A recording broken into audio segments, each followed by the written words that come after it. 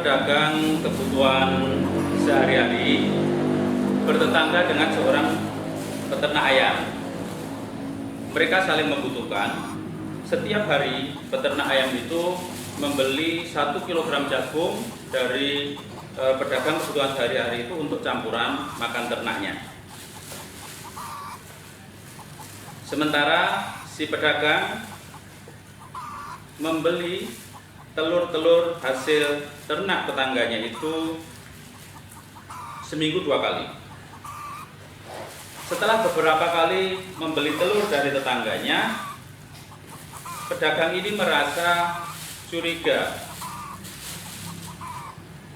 Kemudian dia coba timbang 1 bungkus telur yang seharusnya 1 kilogram, dia timbang ternyata isinya hanya 9 on.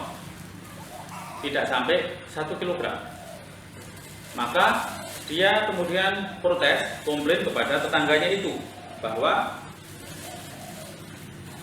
telur yang dibeli darinya setiap 1 kilonya ternyata tidak utuh 1 kilogram.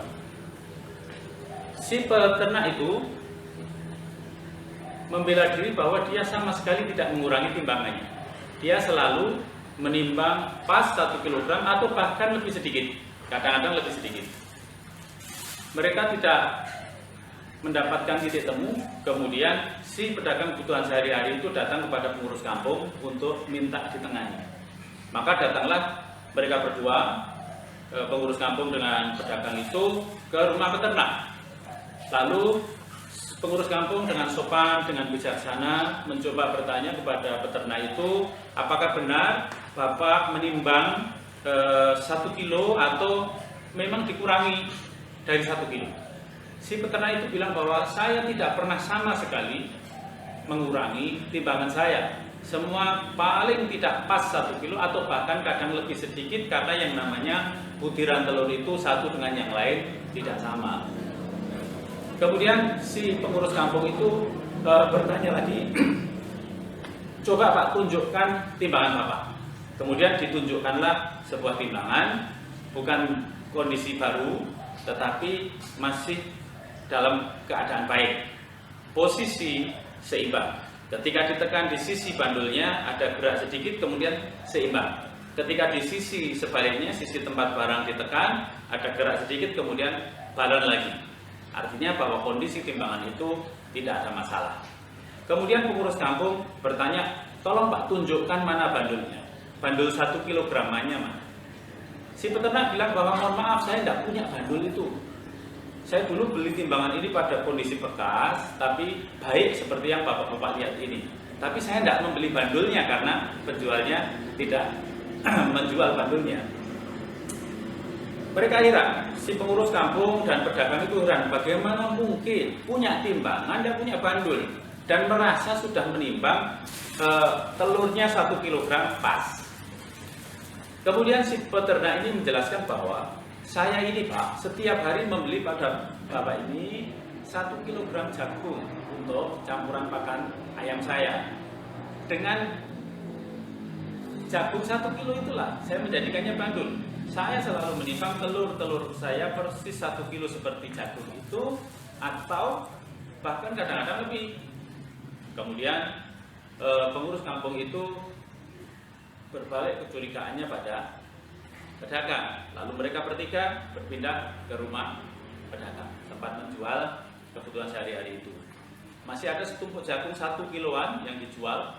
Kemudian diambil satu oleh pengurus kampung itu, ditimbang, ternyata pokoknya memang hanya 9 on. Jadi rupanya telur-telur itu menjadi 9 on karena memang bandul yang dipakai 9 on, tidak 1 kilo. Di sini kita mendapatkan sebuah pelajaran bahwa sesungguhnya kecurangan yang dilakukan oleh seseorang itu sebentar atau lama akan kembali kepada si pelaku.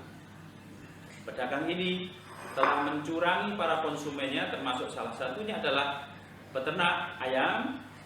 Setiap kali membeli jagung ternyata bukan 1 kilo meskipun dibilang 1 kilo, hanya 9 on. Dan ketika jagung itu dijadikan bandul timbangan untuk telurnya, maka telur itu tertimbang hanya 9 on, tidak utuh 1 kilo. Dan itu kembali kepada si pedagang secara langsung.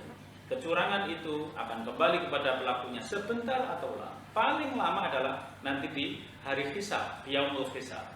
Dan yaumul hisab itu tidak lama lagi akan terjadi pada semua manusia.